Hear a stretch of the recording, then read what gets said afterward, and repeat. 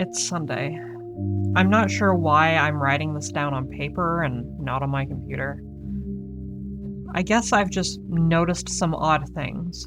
It's not that I don't trust the computer, I need to organize my thoughts. I need to get down all the little details somewhere objective, somewhere I know that what I write can't be deleted or changed. Not that that's happened, it's just everything has started to, blur together recently, and I guess the fog of my memory has lended a strange cast to things. I'm starting to feel cramped in this small apartment. Maybe that's the problem. I just had to go and choose the cheapest apartment, the only one in the basement. The lack of windows down here makes day and night seem to slip by seamlessly.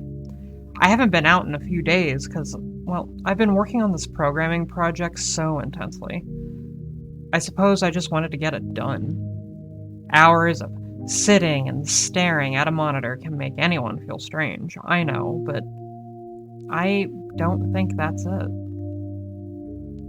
I'm not sure when I first started to feel like something was odd. I can't even define what it is. Maybe I just haven't talked to anyone in a while. That's the first thing that crept up on me. Everyone I normally talk to online while I program, they've been idle or just not online at all. My messages go unanswered. The last message I got from anybody was just a friend saying that he'd talk to me when he got back from the store, and that was yesterday. I'd call, but reception is terrible down here. Yeah, that's it. I need to call someone. I'm gonna go outside. Well, that didn't work out so well. As the tingle of fear fades, I'm feeling a little ridiculous for being scared at all. I looked in the mirror before I went out, but I decided not to shave the 2-day-old stubble I've grown. I figured I was just going out for a quick call and no one would really see or pay attention to me, right? I did change my shirt though, because it was near lunchtime, or so I thought, and there was still the chance I'd run into someone I knew. That didn't end up happening, though I do wish it did. When I went out, I opened the door to my small apartment slowly. I had this small feeling of apprehension that had somehow already lodged itself in me. I don't know the reason. I chalked it up to having not spoken to anyone but myself for a day or two. I peered down the dingy gray hallway, made even dingier by the fact that it was a basement hallway. On one end, there was a large metal door which led to the building's furnace room. It was locked, of course. And then on the other side were 2 dreary soda machines. I bought a soda from one the first day I moved in, but it had a 2-year-old expiration date. I'm fairly sure nobody knows if those machines are even down here, or my cheap landlady just doesn't care to get them restocked. I closed my door softly and I walked in the other direction. I took care not to make a sound. I have no idea why I chose to do that, but I guess it was fun giving into the strange impulse not to break the droning hum of the soda machines. At least for the moment. I got to the stairwell and I took the stairs up to the building's front door. I looked through the heavy door's small square window and received quite the shock. It was definitely not lunchtime. The city gloom hung over the dark streets outside, and the traffic lights at the intersection in the distance blinked yellow. Dim clouds, purple and black from the glow of the city, they hung overhead. Nothing moved save the few sidewalk trees that shifted in the wind. I remember shivering, though I wasn't cold. Maybe it was the wind outside. I could vaguely hear it through the heavy metal door, and I knew it was that unique kind of late night wind, the kind that was constant, cold, and quiet, save for the rhythmic music it made as it passed through countless unseen tree leaves. Yeah, I decided not to go outside. Instead, I lifted my cell phone to the door's little window and checked the signal. The bars filled up and I smiled. It was time to hear someone else's voice, I remember thinking, relieved. It was such a strange thing to be afraid of nothing. I shook my head, I laughed to myself silently. I hit speed dial for my best friend Amy's number, and I held the phone up to my ear. It rang once, but then it stopped. Nothing happened. I listened to silence for a good 20 seconds, and then I hung up. I frowned, and I looked at the signal meter again. Still full. I went to dial her number again, but then my phone rang in my hand. It startled me, but I put it up to my ear. "Hello?" I asked, immediately fighting down a small shock at hearing the first spoken voice in days, even if it was my own. I had gotten used to the droning hum of the building's inner workings, my computer, and the soda machines in the hallway. There was no response to my greeting at first, but then, finally, a voice did come through. "Hey," said a clear male voice, obviously of college age, like me. "Who is this?" "It's Jane," I replied, confused. "Oh, sorry, wrong number," he replied and then hung up. I lowered the phone slowly and leaned against the thick brick wall of the stairwell. That was strange. I looked at my received calls list, but the number was unfamiliar. Before I could think on it further, the phone rang loudly, shocking me yet again, but this time I looked at the caller before I answered it. It was another unfamiliar number. This time I held the phone up to my ear but said nothing. I heard nothing but the general background noise of a phone, and then, finally, a familiar voice broke my tension. "Jane?" was the single word in Amy's voice. I breathed a sigh of relief. "Hey, it's you," I replied. "Who else would it be?" she responded. "Oh, the number. I'm at a party on 7th Street and my phone died just as you called me. This is someone else's phone, obviously." "Ah, okay," I said. "Where are you?" she asked. My eyes glanced over the drab whitewashed cylinder block walls and the heavy metal door with its small window. "I'm at my building," I sighed. "Just feeling cooped up. I didn't realize it was so late. Sorry for trying to call you." "Oh, it's fine. You should come here," she said, laughing.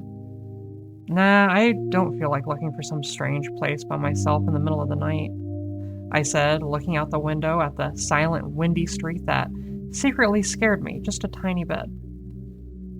"You know, I think I'm just gonna go and keep working, or maybe just go back to bed, you know." "Nonsense," she said.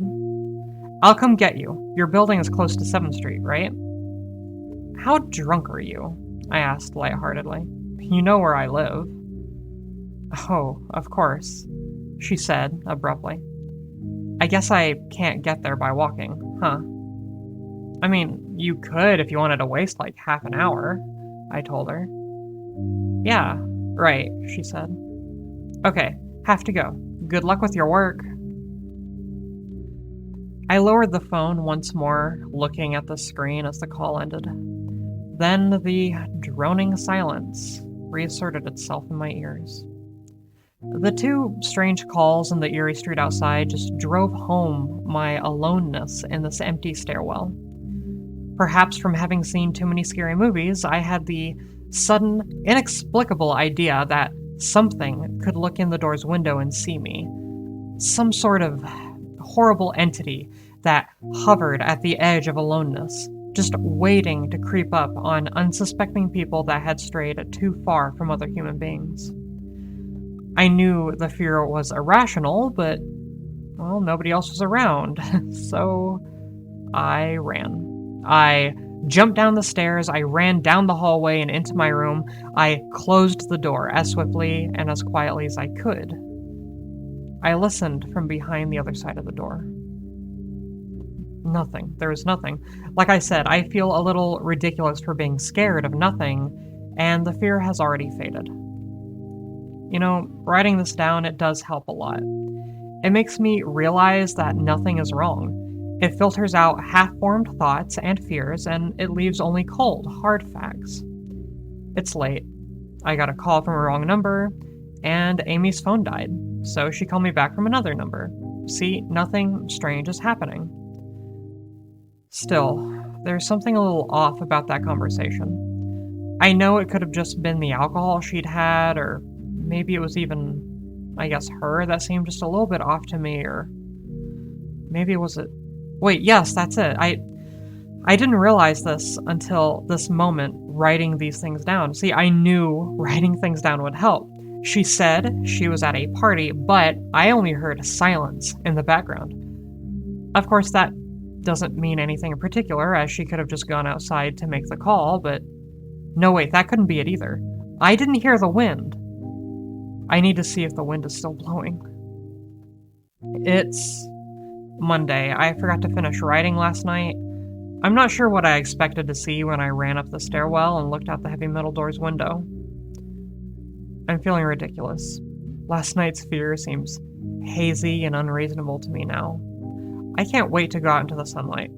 I'm gonna check my email, I'm gonna shower, shave, put on some makeup, and then finally get out of here. Wait, I think I heard something. So it was thunder that I heard. That whole sunlight and fresh air thing, yeah, that didn't happen. I went out onto the stairwell and up the stairs, only to find disappointment. The little window in the heavy metal door, all it showed was flowing water as torrential rain slammed against it. Only a very dim, gloomy light filtered in through the rain, but hey, I mean, at least now I knew it was daytime, even if it was a gray, sickly, wet kind of day. I tried looking out the window and waiting for lightning to illuminate the gloom, but the rain was too heavy and I couldn't really make out anything more than the vague weird shapes that moved around at odd angles in the waves that washed down the window. Disappointed, I turned around, but, well, I didn't want to go back to my room. So instead, I wandered further up the stairs, past the first door and the second. The stairs ended at the third floor. It's the highest floor in the building, by the way. I looked through the glass that ran up the outer wall of the stairwell, but it was that, I guess it was like warped, thick kind. It scatters the light. I mean, not that there is much to see, you know, considering the rain and all, but yeah.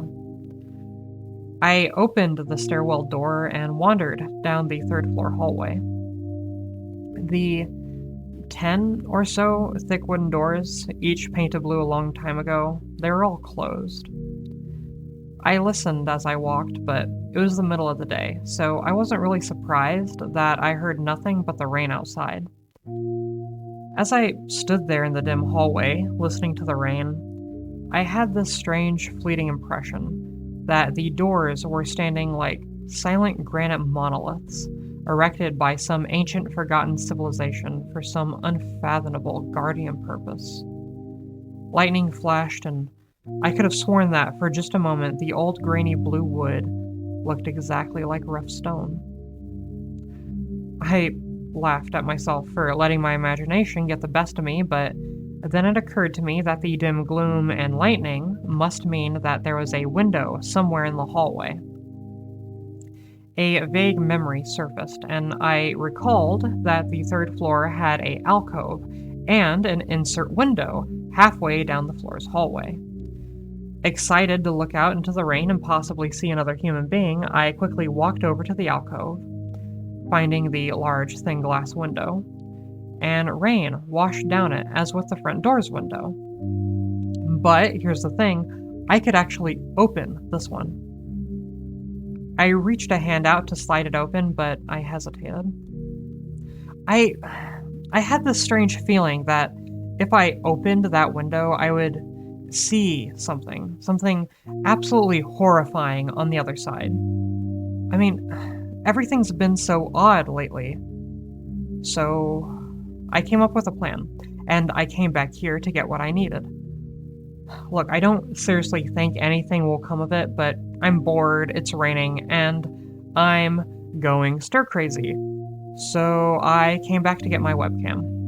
I mean, the cord isn't really long enough to reach the 3rd floor by any means. So instead, I'm going to hide it between the 2 big soda machines that are in the dark end of my basement hallway. I'm gonna run the wire along the wall and under my door, and I have some black duct tape that I'm gonna put over it. That way I can, like, blend it in with the black plastic strip that runs along the base of the hallway walls. Look, I know this is silly, but I mean, I don't have anything better to do. Well, nothing happened.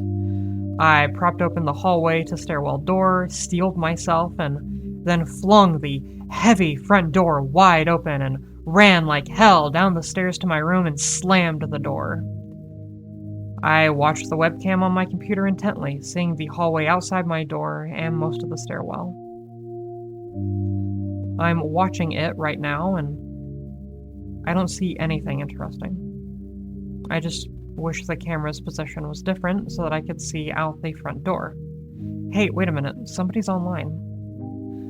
So I got out an older and less functional webcam that I had in my closet to video chat with my friend with.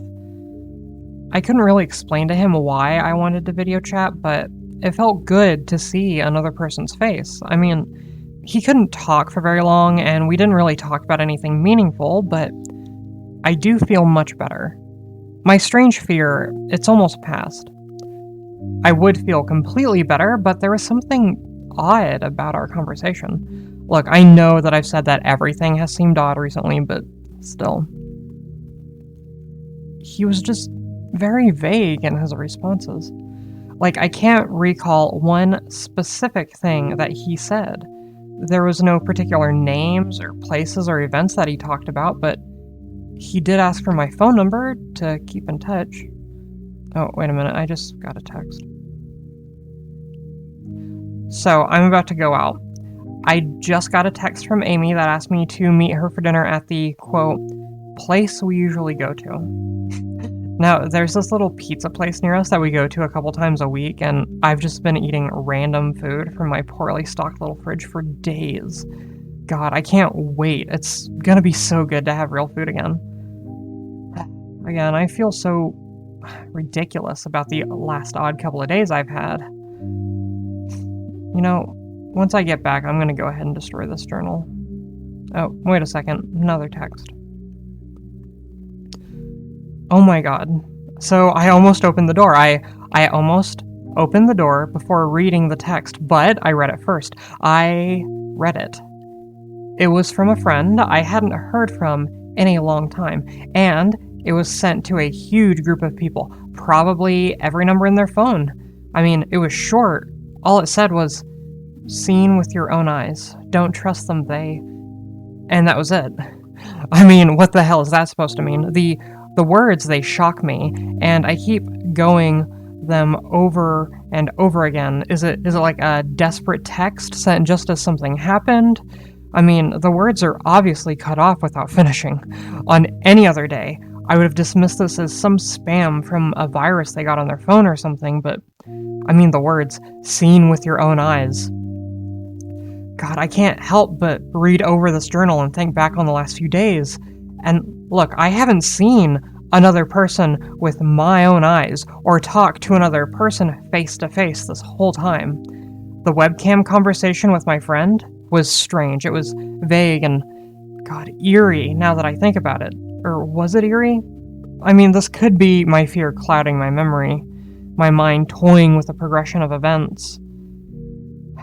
But then again, like, I haven't been presented with one single fact that I didn't specifically give out. I mean, the random wrong number that got my name and the subsequent strange phone call from Amy, the friend that asked for my phone number, like, I messaged him first whenever I saw him online. I went to him. And then whenever I got my first text a few minutes later, it was right after I gave him the number. Oh my god, and that phone call with Amy, I said over the phone, I said that I was within a half-hour's walk of 7th Street. They know I'm near there. What if they're trying to find me? I mean, where is everyone else? Why haven't I seen or heard anyone else in days? No. See, this is crazy. This is insane. This is absolutely crazy. God, no, I need to calm down. I need to calm down. And this madness, God, it needs to end. I don't know what to think.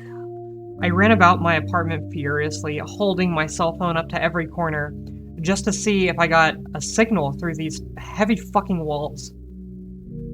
Finally, in the tiny bathroom near one ceiling corner, I got a little bit of signal. I held my phone up there, and I sent a text to every number in my phone. I don't want to betray anything about my unfounded fears, so I simply sent, "Have you seen anyone face-to-face lately?" God, at this point, I just want any reply back. I don't care what the reply was or if I've embarrassed myself. I tried to call people a few times, but I couldn't really get my head high enough, and if I brought my cell phone down even an inch, I lost signal. But then I remembered the computer, and I rushed over to it. I messaged everyone. I mean, most were idle or offline, but I messaged everyone. Nobody's responded yet, and my messages grew more and more frantic. God, I started telling people where I was and to stop by in person. I gave them a host of barely passable reasons. I don't care about anything at this point. I need to see another person. Any person. I tore apart my apartment looking for something that I might have missed. Some way to contact another human being without opening the door. I know it's crazy. I know this is unfounded, but what if? What if? Okay? God, I need to be sure. That's it. I'm not crazy. I have to be sure. I taped the phone to the ceiling just in case. You know? Just in case. So it's Tuesday, and the phone rang. God, I was exhausted from last night's rampage. I must have fallen asleep. I woke up to the phone ringing, and I ran into the bathroom. I stood up on the toilet, and I swiped to open the phone while it was still taped to the ceiling. It was Amy. I feel so much better. She was really worried about me, and apparently she had been trying to contact me since the last time I talked to her. She's coming over now, and yeah, she knows where I am without me telling her. God, I feel so embarrassed. I am definitely throwing this journal away before anyone sees it. Fuck, I might even burn it. I don't even know why I'm writing in it now. Maybe it's just because it's the only communication I've had this whole time? I don't know.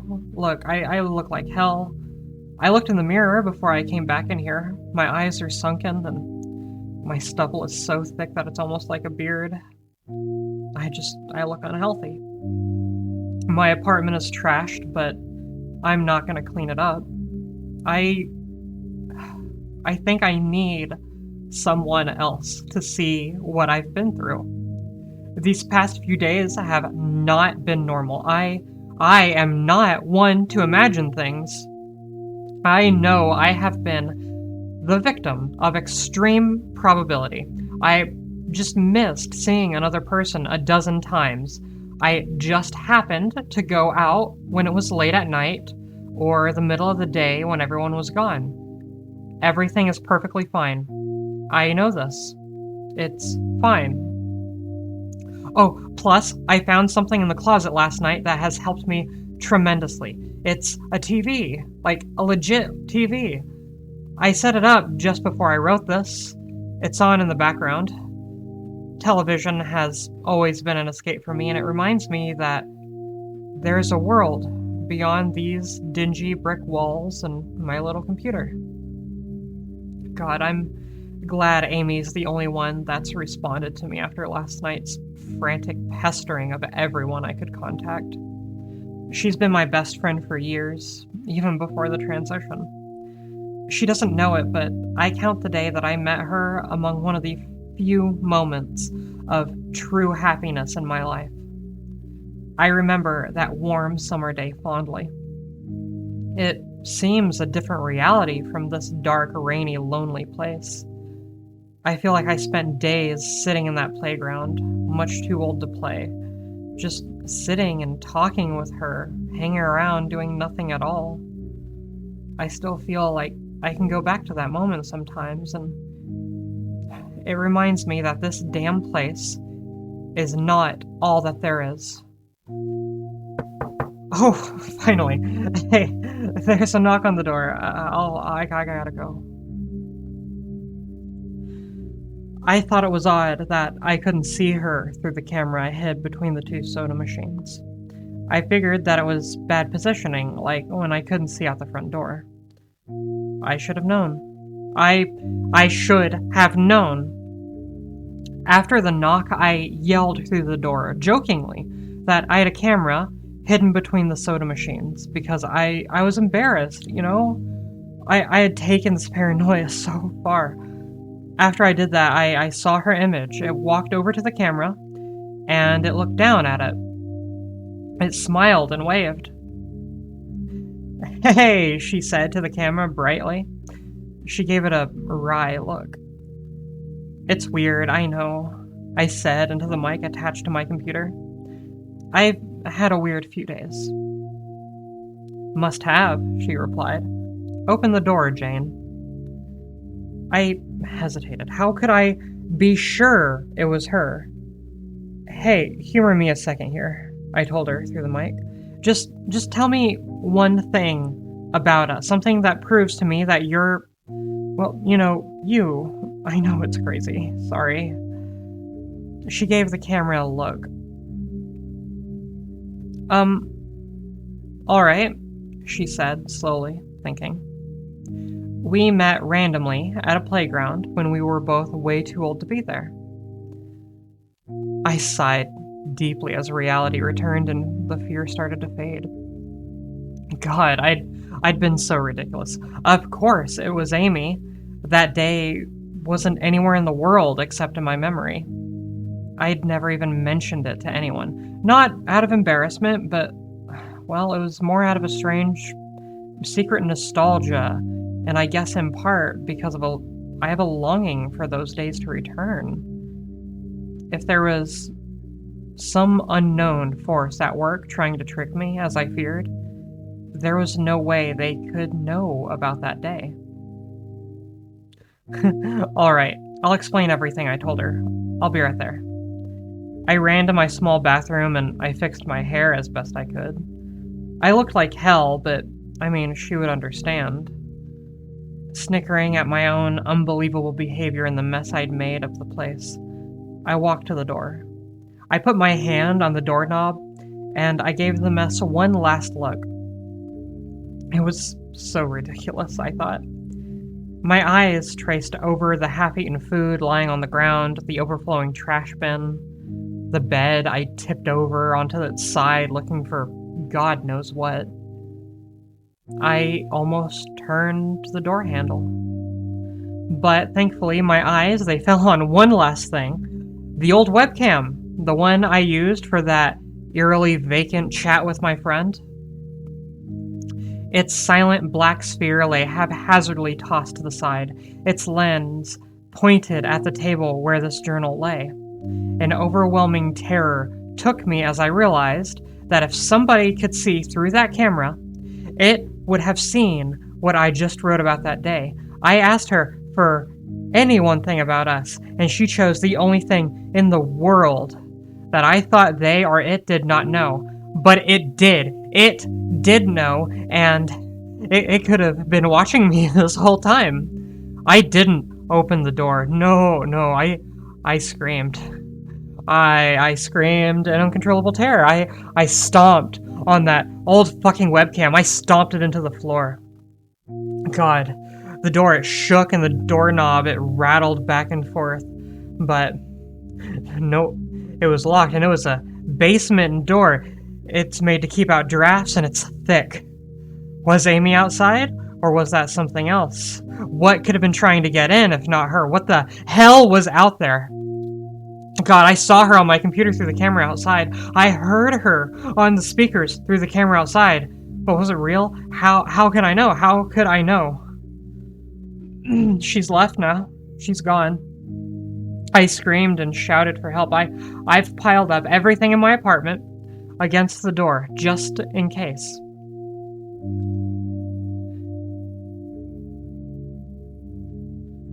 It's Friday. Or, well, at least I think it's Friday. I broke everything electronic in this apartment. I smashed my computer to pieces. God, every single thing on there could have been accessed by network access, or worse, altered. See, I'm a programmer. I know. Every little piece of information I gave out since this started. My name, my phone number, my location. None of it came back from outside until I gave it out. I have been going over and over what I wrote. I've been pacing back and forth, alternating between this stark terror and an overpowering disbelief. See, sometimes I am absolutely certain that some phantom entity is dead set on the simple goal of getting me to go outside. I think back to the beginning with the phone call from Amy. I mean, she was effectively asking me to open the door and go outside. I keep running through it in my head. You see, one point of view says I've acted like a madwoman, and all of this is the extreme convergence of probability. Never going outside at the right time by pure luck, never seeing another person by pure chance, getting a random nonsense text from some virus at just the right time, you know? God. The other point of view, though, says that extreme convergence of probability is the reason that whatever is out there hasn't got me already. I keep thinking I never opened the window on the 3rd floor. I never opened the front door until that incredibly stupid stunt with the hidden camera, after which I ran straight to my room and I slammed that door. God, I haven't opened my own solid door since I flung open the front door of the building. Whatever is out there, if anything's out there. I never made an appearance in the building before I opened that front door. Maybe the reason it wasn't in the building already was that I was elsewhere. I was secluded in my own little room. It was busy getting everyone else. And then it waited. It waited until I betrayed my existence by trying to call Amy. A call which didn't work until it called me and asked me my name. God, terror literally overwhelms me every time I try to fit the pieces of this nightmare together. That text, short, cut off. Was it from someone trying to get word out? Some friendly voice, desperate, trying to warn me before it came. God, seen with my own eyes, don't trust them. Exactly what I've been so suspicious of. It could have masterful control of all things electronic, practicing its insidious deception to trick me into coming out. Why can't it get in? It knocked on the door. It must have some solid presence. The door, the image of those doors in the upper hallway as guardian monoliths, they flash back into my mind every time I trace this path of thoughts. If there is some phantom entity trying to get me to go outside, maybe it can't get through the doors, you know? I keep thinking back over all the books I've read or the movies I've seen, trying to generate some explanation for this. Doors have always been such intense foci of human imagination, always seen as wards or portals of some importance. Or perhaps the door is just too thick. I know that I couldn't bash through any of the doors in this building, let alone the heavy basement ones.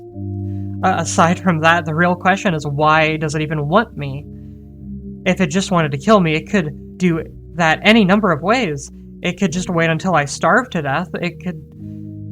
God, what if it doesn't want to kill me? What if it has some far more horrific fate in store for me?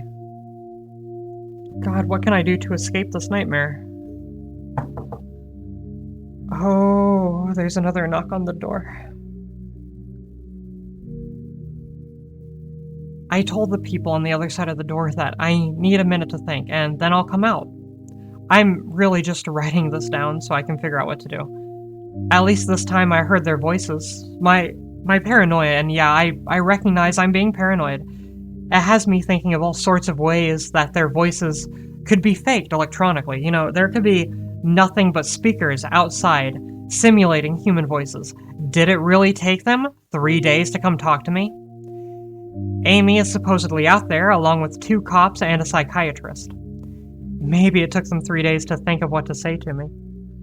The psychiatrist's claim could be pretty convincing if I decided to think this has all been some crazy misunderstanding and not some entity trying to trick me into opening the door. The psychiatrist, he has an older voice. It's authoritarian but still caring. It's almost fatherly. I like it. God, I'm desperate to see someone with my own eyes. That's all it is. He said I have something called psychosis, that I'm just one of a nationwide epidemic of thousands of people having breakdowns triggered by being inside and isolated all the time due to this pandemic. That neatly explains the strange text about eyes that I got. You know, my friend could have broken down too and tried to warn everyone he knew against his paranoid fears. That's how the problem spreads. That's what the psychiatrist claims. I could have spread it too. With my texts, you know, my messages online to everyone I know. God, one of those people might be melting down right now after being triggered by something I sent them. Something they might interpret any way that they want. Something like a text saying, "Have you seen anyone face to face lately?" The psychiatrist told me that he didn't want to lose me, that people like me, we are intelligent, and that's our downfall. That we draw connections so well that we draw them even when they shouldn't be there. He said it's easy to get caught up in the paranoia. You know, with our fast-paced world, everything is a constantly changing place where just more and more of our interaction is simulated and everything becomes so complex with the constant bombardment of new information. I have to give him one thing. It is a great explanation. It neatly explains everything. It perfectly explains everything, in fact. I have every reason to shake off this nightmarish fear that something is out there, that some consciousness, some being, some entity, that it just wants me to open the door so it can capture me for some horrible fate worse than death. It would be foolish, after hearing that explanation, to stay in here until I starve to death, just to spite the entity that might have gotten everyone else. It might be foolish to think that, after hearing that explanation, I might be one of the last people left alive on an empty planet, hiding in my secure basement room, spiting some unthinkable, deceptive entity just by refusing to be captured by it. It's a perfect explanation for every single strange thing I've seen or heard, and I have every reason in the world to let all of my fears go, to just open the door. That's exactly why I am not going to. How can I be sure? How can I know what's real and what's deception? All of these damn things with their wires and their signals that originate from some unseen origin. They're not real. I can't be sure. You know, signals through a camera, faked video, deceptive phone calls, emails, texts, even the television lying broken on the floor. How can I possibly know that any of this is real? It's just signals, waves, light, data. Oh god, the door. They're bashing down the door. It's trying to get in. What insane mechanical contraption could it be using to simulate the sound of men attacking the heavy wood so well? At least I'll finally see it with my own eyes. You know, there's nothing left in here for it to deceive me with. I've ripped everything else apart. It can't deceive my eyes, can it? Seen with your own eyes, don't trust them, they... Wait. Was that desperate message telling me to trust my eyes or warning me about my eyes? Oh god, what's the difference between a camera and my eyes? They both turn light into electrical signals. They're the same. I can't... No, I can't be deceived. I can't be. I have to be sure. I need to be sure. I don't know when today is. I've calmly asked for paper and pen day in and day out until finally it gave them to me. You know, not that it matters. What am I gonna do? Poke my eyes out again? The bandages, they feel like part of me now. The pain is gone. I figure this will be one of my last chances to write legibly, as, without my sight to correct mistakes, my hands will slowly forget the motions involved. This is a sort of self-indulgence, this writing. It's a relic of another time, because I'm certain that everyone left in the world is dead. Or something far worse. I sit against this padded wall day in and day out. It brings me food and water. It masks itself as a kind nurse, an unsympathetic doctor, sometimes kind of rough orderlies. I think it knows my hearing has sharpened considerably now that I live in darkness. You see, it fakes conversations in the hallways on the off chance that I might overhear. One of the nurses talks about having a baby soon. One of the doctors lost his wife in a car accident. None of it matters. None of it's real. None of it gets to me. Not like she does. That's the worst part. The part I almost can't handle. You see, it comes to me, it masquerades as Amy. Its recreation is perfect. It sounds exactly like her. It feels just like her. It even produces a reasonable facsimile of tears that it makes me feel on its lifelike cheek.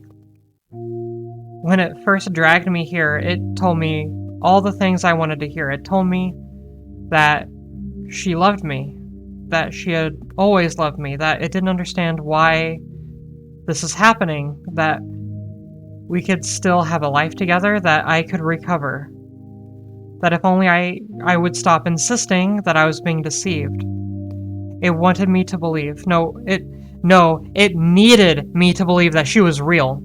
And I almost fell for it. I really did. I doubted myself for the longest time.